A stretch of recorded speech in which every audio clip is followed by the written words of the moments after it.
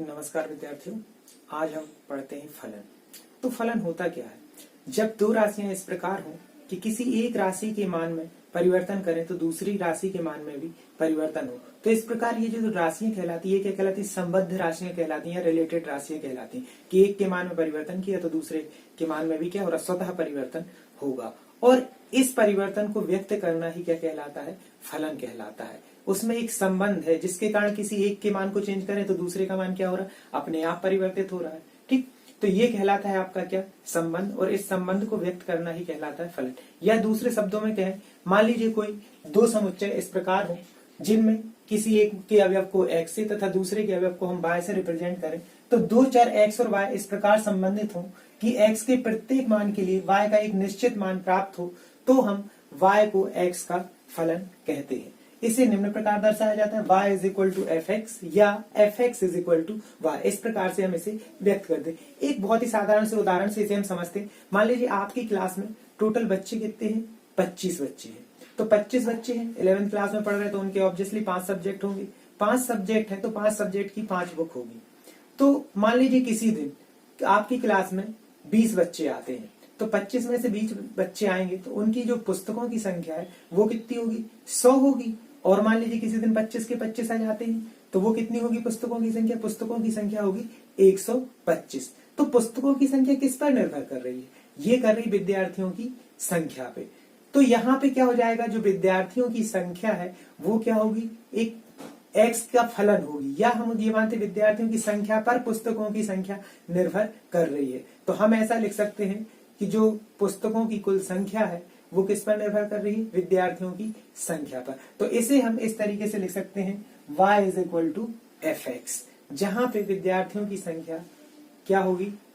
जैसा परिवर्तन होगा, मतलब जितने विद्यार्थी आएंगे उतनी पुस्तकों, यदि कम विद्यार्थी आए तो पुस्तकों की संख्या भी कम होगी, और अधिक विद्यार्थी आ गए तो क्या होगी? पुस्तकों की संख्या अधिक हो जाएगी। लेकिन एक निश्चित संख्या में विद्यार्थी आने पर पुस्तकों की संख्या भी क्या होती है? निश्चित होती है। तो क्या होगा? ये दोनों एक दूसरे का निश्चित मान दे रहे हैं। मतलब x का एक कोई मान रखा तो उसके लिए y का मान निश्चित है। अब ऐसा नहीं होगा कि भाई कोई विद्यार्थी आया, मान लो 20 विद्यार्थी आए तो पुस्तकें कितनी होगी? 100 होगी। 100 से ज्यादा तो नहीं हो सकती और कम नहीं हो सकती। अब कोई इस तरीके से मत बोलिए कि सर मान लो उस दिन कोई भूल गया, तो भूलने वाली कंडीशन नहीं होती। यहाँ अगर उसको लाना है तो कंपलसरी है कि वो क्या होगा? 5 पुस्तकें लाता है। लाए नहीं लाए वो बात अलग है, लेकिन उसके लिए 5 पुस्तकें क्या है? मान्य है। तो हम उसे 5 पुस्तक ही मान के चलते हैं। ठीक, इसके अलावा कुछ और उदाहरण देखते हैं। जैसे मान लीजिए क्या होता है? वृत्त का क्षेत्रफल। तो वृत्त का क्षेत्रफल क्या होता है?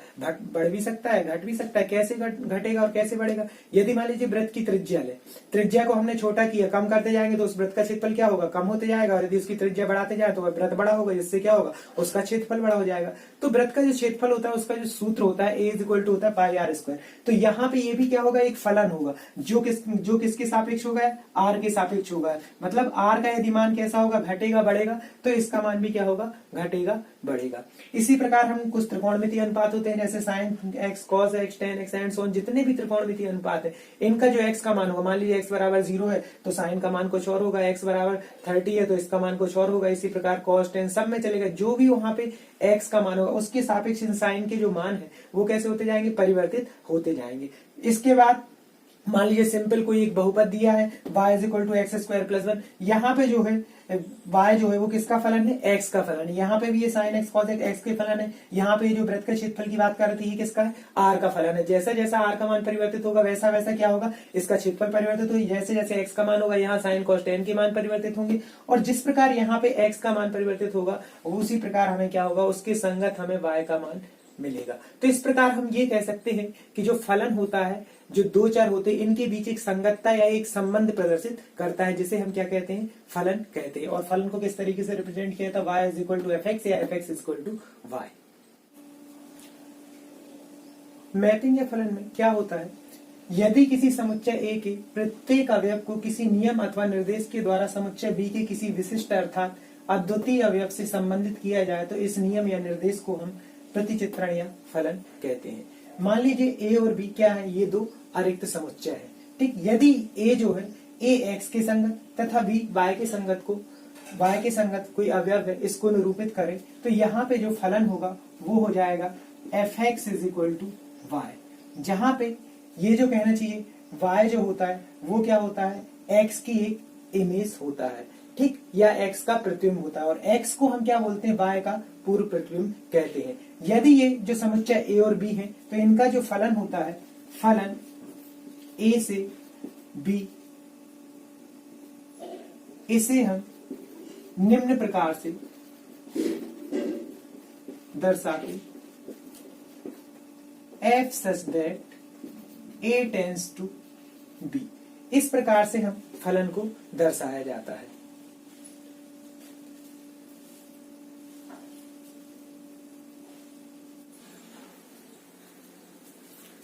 देखिए, अभी मैपिंग को हमने परिभाषा के अंतर्गत समझा, तो परिभाषा के अंतर्गत समझने के बाद हमें कुछ समझ में आई, लेकिन इन उदाहरणों से समझते हैं तो मैपिंग या प्रतिचित्रण वास्तव में क्या होता है बहुत अच्छे से हमें समझ में आएगा। देखिए, मान लीजिए ये A एक समुच्चय है तथा B दूसरा समुच्चय है। A के जो अवयव है A B C तथा B के जो अवयव है D E F है।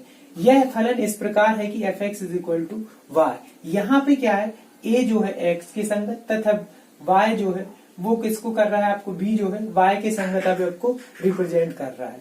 तो यहाँ पे ये जो A होगा वो किसकी, y का जो अवयव है इसकी पूर्व इमेज होगी, या हम ये बोले कि जो B के अवयव है वो क्या होगी, x की एक इमेज होगी प्रत्येक अवयव। तो ये x का अवयव है जिसकी इमेज यहाँ पे बन रही है, ठीक है, B में प्राप्त हो रही।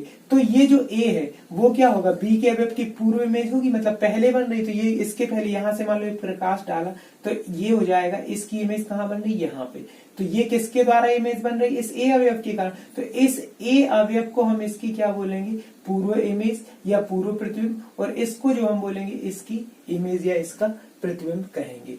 तो इस प्रकार से देखिए, A का प्रत्येक अवयव B के प्रत्येक अवयव से संबंधित है, या इसके प्रत्येक अवयव की इमेज कहाँ बन रही, B के अवयव पे बन रही, इसलिए यह प्रतिचित्रण है। परिभाषित फलन कैसा दिया है, फलन हमें दिया f such that a tends to b, A से B पर दिया है। तो A के प्रत्येक अवयव की जो इमेज है वो B पर बनना चाहिए, या A का प्रत्येक अवयव का संबंध B के अवयव से होना चाहिए, तब वह प्रतिचित्रण या मैपिंग है, अदरवाइज वह मैपिंग नहीं। देखिए दूसरा उदाहरण देखिए, यहाँ पे A में कौन से 1 2 3 ये अवयव है, B में कितने 4 5 6 7 ये अवयव है। तो B यहाँ पे A के प्रत्येक अवयव की इमेज B पर बन रही, देखिए 1 की इमेज बन रही 5 पर, 2 की इमेज बन रही 6 पर और 3 की इमेज बन रही 7 पर। तो इस प्रकार से यह क्या कहलाएगा, आपका प्रतिचित्रण है। B का यदि एक अवयव छूट गया तो कोई दिक्कत नहीं, क्योंकि मैपिंग कैसी है, A to B है। अगर यही मैपिंग B to A होती तो B का एक अवयव छूटता, इसकी इमेज बननी चाहिए और इसकी इमेज नहीं बन रही, तो फिर यह प्रतिचित्रण नहीं होता। आइए और उदाहरण देखते। आप देखिए, मान लीजिए यहाँ पे A है, A में A B C A अवयव है और B में कौन से D E F G। तो यहाँ पे एक अवयव छूटा था, लेकिन प्रतिचित्रण कैसा, f such that A tends to B, इस प्रकार का फलन है प्रतिचित्रण। तो देखिए समुच्चय A के प्रत्येक अवयव मतलब A B C तीनों की इमेज बन रही। अब ये बात अलग है कि A और B की इमेज D पर बन रही तथा C की इमेज किस पर बन रही, F पर, लेकिन इसके प्रत्येक अवयव की इमेज कहाँ बन रही है, B पर बन रही, इसलिए यह भी प्रतिचित्रण आपका है। अब देखिए चौथी आकृति में बात करें तो A में कौन से 1 2 3 अवयव है, ये 3 अवयव यहाँ पे दिए हुए हैं इस तरीके से। तो ये जो अवयव दिए हुए हैं, तो अब B की बात करें तो B में कौन कौन से अवयव हैं, 4 और 5। यहाँ देखिए 1 और 2 ये जो दिए हुए, 1 की इमेज बन रही 4 पर तथा 2 की इमेज बन रही किस पर, 5 पर बन रही है। तो अब क्या हो जाएगा, यहाँ पे ये जो 3 है इस 3 की इमेज नहीं बन रही, इसलिए यह प्रतिचित्रण नहीं है। अब मान लीजिए इस 3 की इमेज भी अगर 5 पे या किसी 4 पे 1 पे बन जाती तो A के प्रत्येक अवयव की इमेज बनती, तो यह क्या हो जाता, प्रतिचित्रण हो जाता। लेकिन यह एक अवयव रह गया, क्योंकि मैपिंग कैसी है, A से B की ओर है। तो A के प्रत्येक अवयव का इमेज या एक संबंध B से होना चाहिए। तो यहाँ पे अवयव 3 का संबंध नहीं है, 3 का प्रतिबिंब प्राप्त नहीं होता, इसलिए यह प्रतिचित्रण नहीं है या मैपिंग नहीं है। एक और उदाहरण देखते। मान लीजिए सपोज एग्जांपल के लिए ये A है, A में 1 2 3 ये एलिमेंट है और ये आपका B है, B में आपका मान लीजिए 3 या ऐसा मान लीजिए 4 5 6 ये एलिमेंट्स है। This is A and this is B और ये कितना हो जाएगा, fx = y तथा ये प्रतिचित्रण कितना, f such that A tends to B है। इस तरीके से यह प्रतिचित्रण है। तो मान लीजिए 1 की जो इमेज है वो 5 पे बन जाए, 2 की इमेज भी 5 पे बन जाए और 3 की इमेज भी 5 पे बन जाए। तो यहाँ देखिए A के प्रत्येक अवयव की इमेज क्या बन रही, B पर प्राप्त हो रही, भले एक ही अवयव पर प्राप्त हो रही, तब भी यह क्या है, आपका प्रतिचित्रण है। ठीक, यदि मान लीजिए यहाँ एक भी अवयव छूट जाता तो ये क्या होता, प्रतिचित्रण नहीं होता। तो अब प्रतिचित्रण आपको समझ में आ गया होगा कि प्रतिचित्रण या फलन कब होता है। तो कोई भी फलन F such that A tends to be दिया हुआ तो वह कब फलन होगा, कब नहीं होगा, ये आपको समझ में आएगा। यदि ए का प्रत्येक अवयव बी के अवयव पर प्रतिबिंबित होगा या संबंधित होगा तब वह क्या कहलाएगा, आपका मैपिंग कहलाएगा, अदरवाइज वह मैपिंग नहीं है। अब देखिए प्रतिचित्रण के बाद जो अगला टॉपिक आता है वो होता है डोमेन, कोडोमेन एंड रेंज, प्रांत, सह प्रांत तथा परिसर। तो मान लीजिए यदि ए और बी दो क्या हो, अरेख समुच्चय हो और यह जो प्रतिचित्रण इस प्रकार है कि F such that A tends to be एक प्रतिचित्रण है। तो प्रतिचित्रण कैसा है, मान लीजिए ए की जो इमेज बन रही है वो किस पर बन रही है, 2 पर बन रही है, बी की जो इमेज बन रही है वो किस पर बन रही है, 3 पर बन रही है, तथा सी की जो इमेज है वो किस पर बन रही है, मान लीजिए 4 पर बन रही है। तो ये इस प्रकार का एक प्रतिचित्रण है या फलन है। तो फलन है चूंकि क्या है, ए के प्रत्येक अवयव की जो इमेज है वो बी पर प्राप्त हो रही, तो ये फलन तो है। और कैसा है, ए से बी की ओर है। तो हमें क्या बताना है यहाँ पे, फलन जो एफ है या F x is equal to Y है, इसका जो डोमेन होगा, तो जो f का फलन f है इसका जो डोमेन होगा वो क्या होगा, जो समुच्चय a है, a के सारे अवयव होंगे वो क्या कहलाएंगे, इसका डोमेन या प्रांत कहलाएंगे। तो यहाँ पे a के सभी अवयव f का डोमेन है। तो f का जो डोमेन है, कौन कौन से अवयव है इसमें भाई, a b c, तो ये हो जाएंगे फलन f का डोमेन। अब क्या हो जाए, फलन f का सह प्रांत या कोडोमेन। तो जो b के अवयव है, b के सभी अवयव, मतलब b में कौन कौन से अवयव है, 1 2 3 4 5, तो इसका जो डोमेन कोडोमेन होगा वो कितना हो जाए, 1 2 3 4 5, ये हो जाएंगे आपके क्या, कोडोमेन। अब हमने बोला f का परिसर, तो परिसर में कौन कौन से अवयव आएंगे, परिसर में वो अवयव आएंगे जिन पे क्या हो रहा है, जिनकी जो इमेज है वो कैसी आपकी a से संबंधित है। तो a से कौन कौन से संबंधित है, या जिनकी जो वास्तविकता में इमेज b के वे सभी अवयव जिनकी इमेज क्या हो, a के अवयवों की इमेज हो। तो यहाँ पे हम क्या लिखेंगे, f का परिसर वे सभी b के वे सभी अवयव जो प्रतिबिंबित है,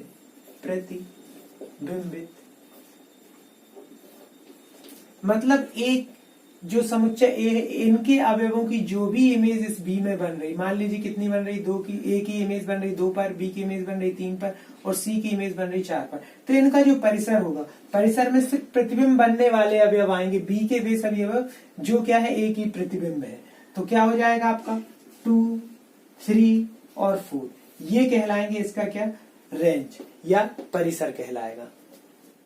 अब देखिए एक और उदाहरण लेते हैं, इससे हम क्या करते हैं, डोमेन, कोडोमेन तथा रेंज फाइंड करते हैं। तो सबसे पहले समुच्चय ए में कौन कौन से अवयव हैं, x y z है तथा बी में 2 4 6 8 है। तो यहाँ देखिए ए का प्रत्येक अवयव जो है इसकी इमेज बी पर प्राप्त हो रही, अर्थात यह क्या है, सबसे पहले यह प्रतिचित्रण है या मैपिंग है। और मैपिंग कैसी, a टेंड्स टू बी, तो यह मैपिंग तो है, ये तो दिख रहा है। अब देखिए f का प्रांत, तो f का जो प्रांत होता है या डोमेन होता है वो क्या होता है, a के अवयव, तो इसका जो प्रांत होगा वो कितना हो जाएगा आपका x y z। अब हम बात करें इसके सह प्रांत, तो सह प्रांत क्या होता है, जो समुच्चय बी होता है उसके सारे के सारे अवयव। तो बी के अवयव कौन कौन से आपके, 2 4 6 8, तो ये हो जाएगा इसका कोडोमेन। अब हमें क्या करना है, रेंज बताना है। तो रेंज क्या होती है, रेंज जो होती है या एफ का जो परिसर होता है वो क्या होता है, बी के वे सभी अवयव जो क्या हो, एक्स के द्वारा प्रतिबिंबित हो। तो एक्स के द्वारा कौन कौन से प्रतिबिंबित अवयव हैं, एक्स के अवयवों की जो इमेज बन रही 4 और 8, तो यहाँ पे इसकी जो रेंज हो जाएगी वो कितनी हो जाएगी, 4 और 8। तो इस प्रकार से आपको डोमेन, कोडोमेन और रेंज समझ में आ गए। ये तभी निकलेंगे जब कोई फलन क्या है, प्रतिचित्रण है। यदि मान लीजिए वह प्रतिचित्रण है नहीं है तो फिर हम उसकी रेंज और कोडोमेन या डोमेन ये हम फाइंड नहीं कर सकते।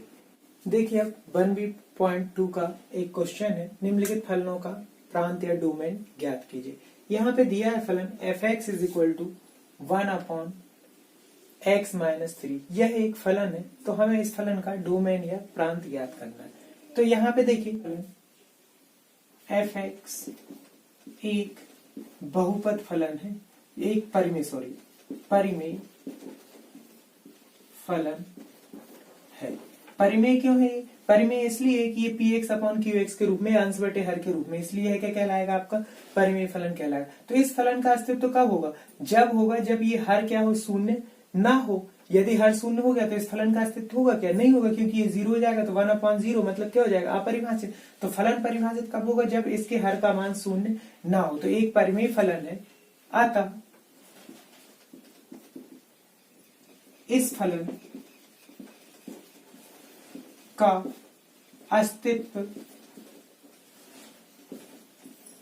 अस्तित्व होगा जब या यह फलन fx x के उन मानों को ग्रहण करेगा जो x does not equal to, या जो x minus 3 does not equal to 0 के बराबर हो, या जब फलन इस तरीके से हो। तो यहाँ पे देखिए अब ये डज नॉट इक्वल टू 0, तो 3 का पक्षांतर कर दीजिए तो डज नॉट इक्वल टू क्या हो जाएगा? +3। मतलब क्या हुआ? x बराबर 3 को छोड़कर प्रत्येक मान के लिए फलन कैसा होगा? परिभाषित होगा। क्यों? क्योंकि x बराबर जैसे ही 3 रखाया तो 3 - 3 क्या हो जाएगा? 0, और 1/0 क्या हो जाएगा? अपरिभाषित। तो यहाँ पे हम लिखेंगे x बराबर 3 को छोड़कर फलन fx x के प्रत्येक मान को ग्रहण करेगा। अतः fx का डोमेन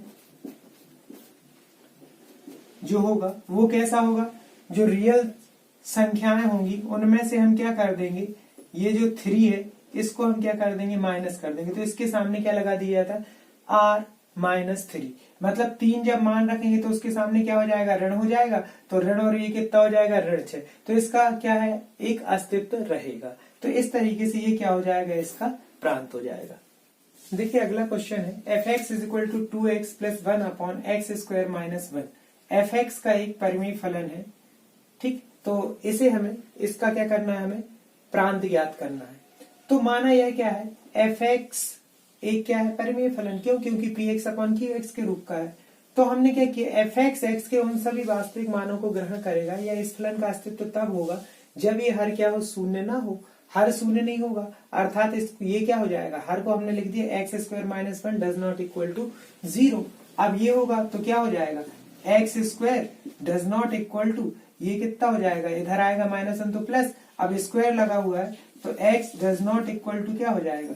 +-1, क्योंकि इसका रूट करेंगे तो +-1 आएगा, ठीक। अतः क्या होगा? x बराबर +-1 को छोड़कर शेष सभी मानों के लिए क्या हो जाएगा? ये जो फलन है इसका अस्तित्व होगा। अब जब उसका अस्तित्व होगा, अतः क्या हो जाएगा? जो फलन fx है, fx का जो प्रांत होगा, प्रांत कितना हो जाएगा?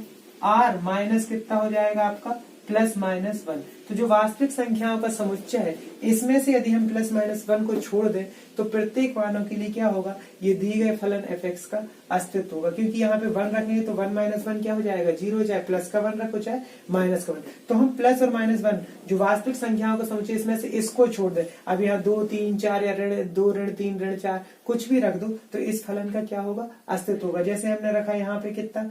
ऋण 2 रखा, ऋण 2 रखा तो कितना हो? 4 - 1 तो कितना हो जाएगा? ये 3। तो ये सभी वास्तविक संख्याओं में से क्या आएगा? इसका मान आएगा और इसका अस्तित्व होगा। लेकिन जैसे ही 1 या ऋण 1 रखते तो ये 0 हो जाएगा, 0 हो जाएगा तो क्या हो जाएगा?